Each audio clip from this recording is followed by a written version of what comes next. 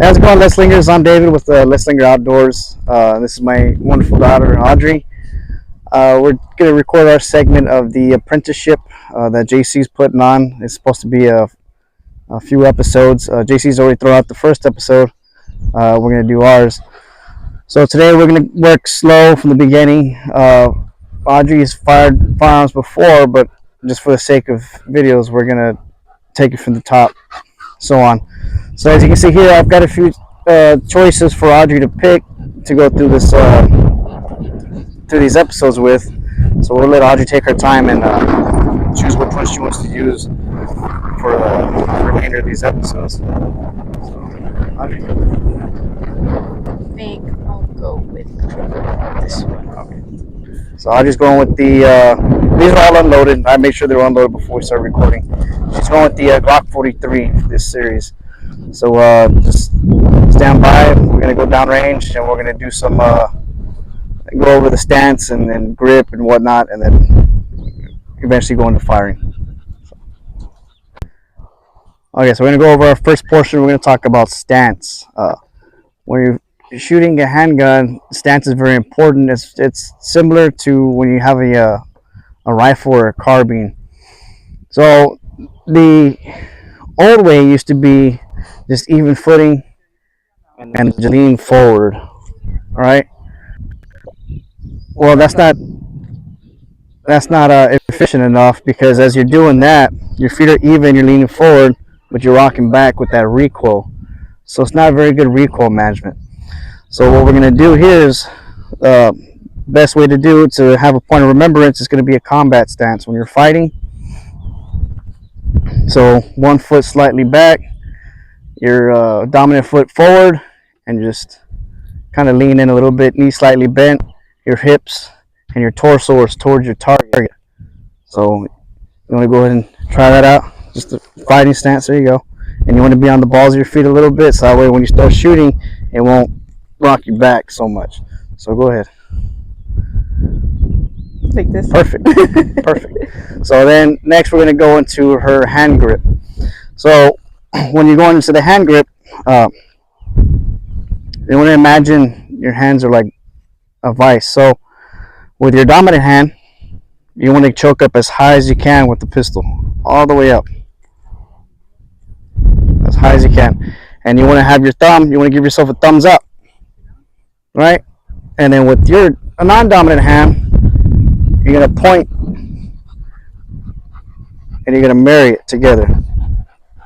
So it'll be like that. So I'll demonstrate it for Audrey. So again, give yourself that thumbs up. Point your thumb. Bring it in here. There should be no black. The higher the better. All right. So that's where you get your good combat stance. Point out. And what you're doing is you're pushing with your dominant hand, and with your supported hand is you're pulling. All right. And at the same time, there's a lot going on here, because at the same time is this hand is relaxed, while this hand is like a vice, and you're squeezing with this hand. That helps also with recoil management. So when you go, punch out, you're pushing, you're pulling, your dominant hand is relaxed, and your support hand is squeezing like a vice. And that's it. So let's give that a try. So there you go. Remember to give yourself that thumbs up. Go ahead, wrap it around. Finger straight off the trigger. Keep that thumbs up. There you go. I'm gonna go around. You good? Perfect. Perfect. So remember when you're doing it in your stance, because you're kind of leaning back a little bit, go forward. There you go. Perfect. Because you'll see here in a little bit when you start shooting, and still do your stance. Do it. When you see a little bit when you start shooting, it not only goes back, see, and then you're going back. Remember that's nothing, because it's a small explosion happening in here to make this, and that's how it's going to happen. It's going to go back and up. Perfect. See, and the whole point of it is, and it's fine if it goes up, fine if it goes back, but you want your stance to be able to return your sights back to where it was. So that's a good stance she has there. All right. So then, aiming. When you're aiming with these, we have the stock Glock sights. You got your rear sight and you got your front sight. What you want? You see the gun real quick. What you want to do is you want to have even plane, which means when you're looking through your rear sights, your front sight is even up here. Okay. And then you want to have equal spacing in between here when you're looking at this sight. And what you're doing at the same time is this front sight post is cutting your target in half. So when you punch out and say I want to shoot that red dot there, I'm cutting that red dot in half with that front sight post while keeping good sight picture, sight alignment. And that's where my round should be going. Okay, Audrey. So let's try it again. Get that good. There you go, perfect.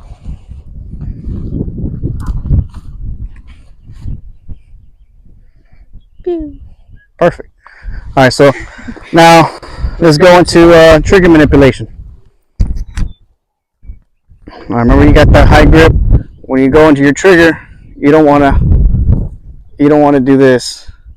You want the pad of that finger bone here. That way you do a nice slow pull, and then you get your recoil, and then a reset. All right. So with a lot of firearms, you have what's called slack, which is before the gun goes bang. Is when you pull it down, right there. That's called the wall. So when you're shooting, you want to get to that wall, and then slow squeeze, and then gun goes off, and you don't want to get off of the trigger. You don't want to do that, because it'll throw you off. So do it again. Get to the wall, squeeze, gun goes off, like right before it goes click. That's where you want to return your finger to. Not all the way off, but that comes with repetition and with shooting,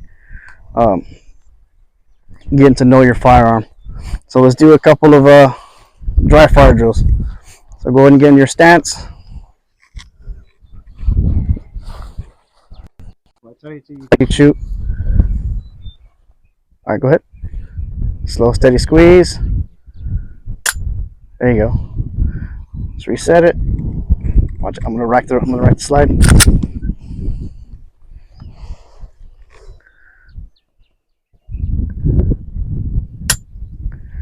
Good, good. I'm gonna rack the slide. There you go.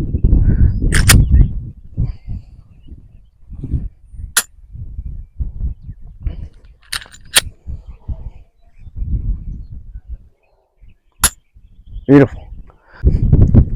All right, now we're gonna go over reloads. All right, I forgot to mention about the magazine release. Sorry, it's hot out here. It's been a long day. My brain's everywhere. So you get your magazine release.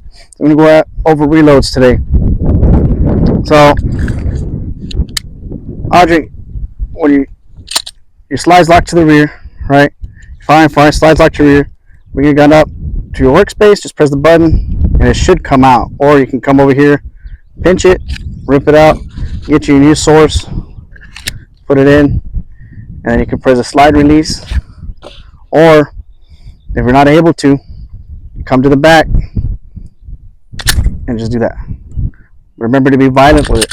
A lot of people tend to do this number, and then it doesn't seat right, and then it doesn't fire. They end up causing their own malfunctions. Or they'll do this number.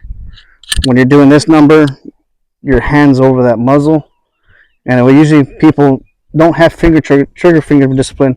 They're right here, and it's over that muzzle, and that's a bad day. All right. So remember, this thing is built to contain a miniature explosion. Every time you're shooting, there's an explosion going off. So it's not going to hurt it. Just push forward and back. Grab right here. That's what these serrations are here for. And get some extra grip. That's it. So let's go over it again. All right. Firing. Got to reload. Bring it into your workspace right here so you can see. Break the magazine out. Put your new source of ammunition. Right. Won't go forward, but put your new source of ammunition. All right, and then get back on your target. All right. So you can put this wherever you want. You want to put it in your pocket. All right. You don't have, for the purpose of this, you don't have to lock the slide to the rear. Just when I say reload, you're gonna have your stance. When I say reload, you're gonna just reload. Just this. Grab your new magazine, put it in, and get back on target. All right. Don't worry about keeping the magazine. Just drop it to the ground. Put a new one. Re-engage. All right. Do you want me to pull it back also? No, because it'll just lock the slide to the rear. Okay. All right. So here you go. Get that good combat stance. All right. Let's fix your grip. Remember, give yourself the thumbs up. There you go. All right. Fire. Reload. There you go. Then Perfect. Fix your grip. like Remember, you're gonna give yourself the thumbs up. This one. thumbs You're up. gonna bring it. You're almost pointing with your thumb. There you go. And then All right. Where did you have this at? in my back pocket. Yeah. Let's try it one more time. I would do it. Okay. Thumbs up. Ready? You're firing. Reload. Where's the button? Oh, I did that like a gangster. Perfect.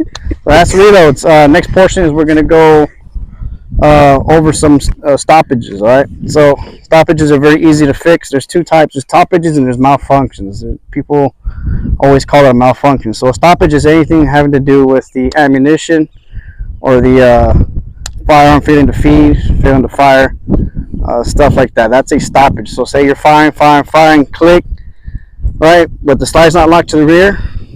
You just tap it and rack it.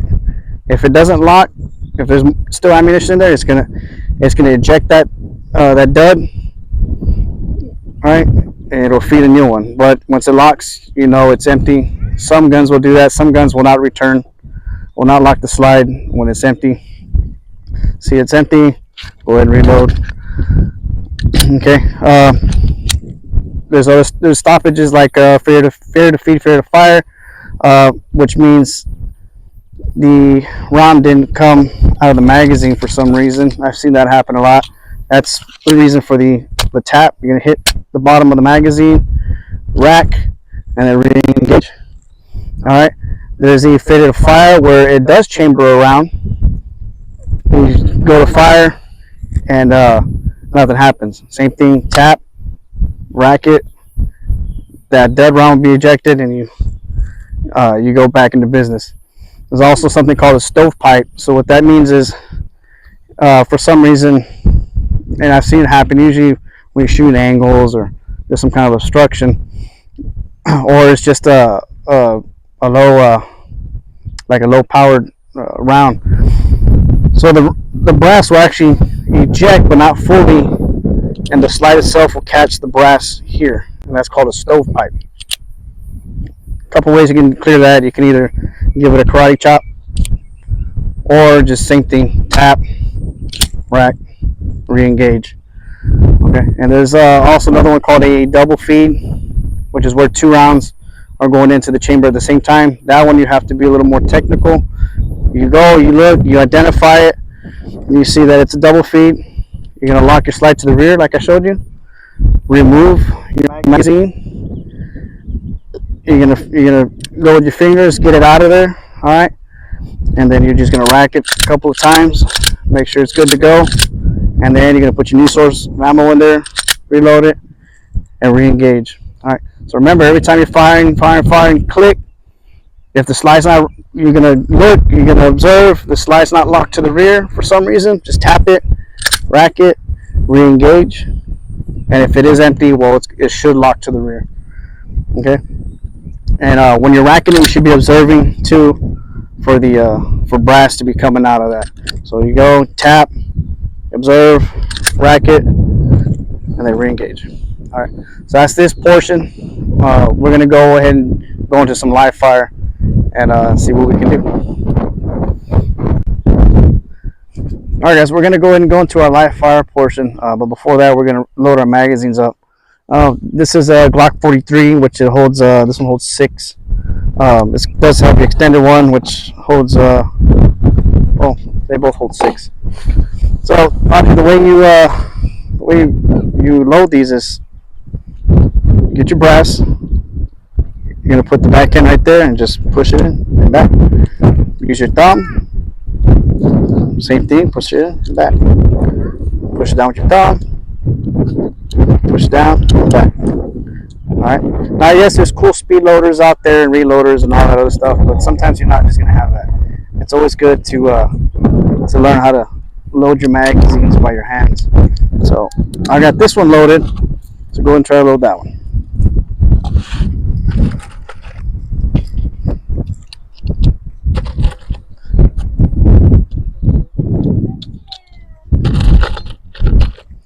Can't grab these.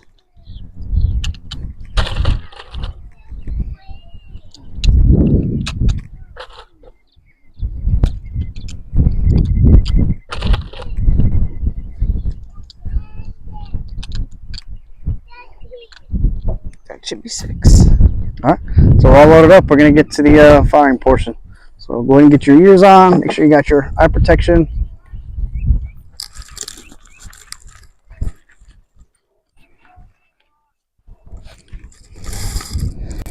All right. We're going to start off like at the 3-yard line.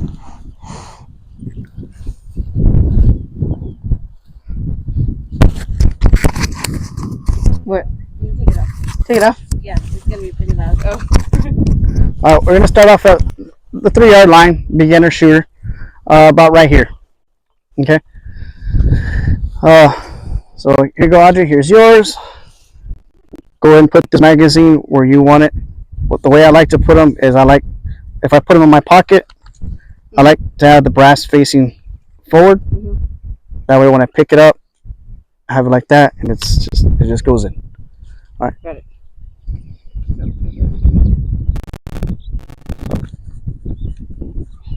Put in your pocket with the brass facing forward. There you go. Okay, but before we go hot, our main focus is going to be this box.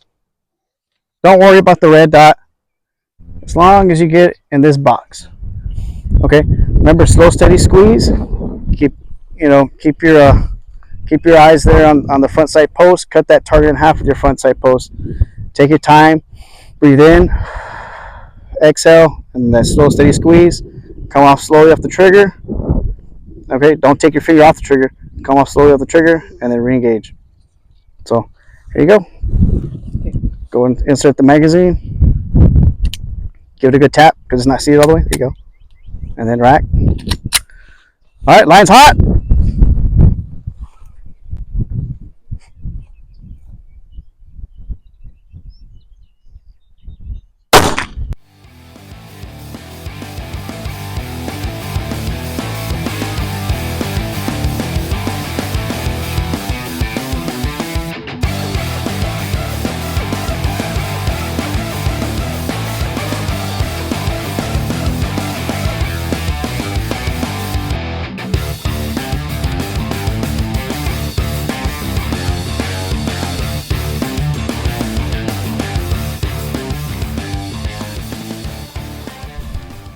Hey, listeners. So we're back. We did some other stuff with our fundamentals and a little bit more practice.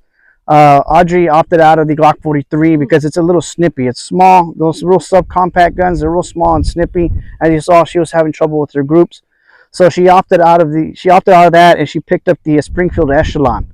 As you can see, we did the same course of fire with 3 yard line. As you can see with her fundamentals, I mean, what a difference from this to this. It's a full size gun. It is a 9 millimeter. It's a lot easier to handle. Trigger's a lot better. The grip is a lot better, and of course, it's a lot easier to manage your recoil and to focus on those fundamentals instead of having a real small, snippy gun. So, I don't mean to put you on the spot. How do you feel, difference wise? This one's a lot different. Like you said, it's a lot less snippy. I felt like I had more control over where I was shooting, rather than worrying about it pushing back on me. I was able to just slow it down and then get it to where I needed to go. Okay, so there you have it. Stay tuned. We'll be shooting another episode, hopefully within the next coming week. And Audrey's going to be shooting the Springfield Echelon for this portion. Thank you guys. Be sure to like, share, and subscribe. And lock, load, and carry.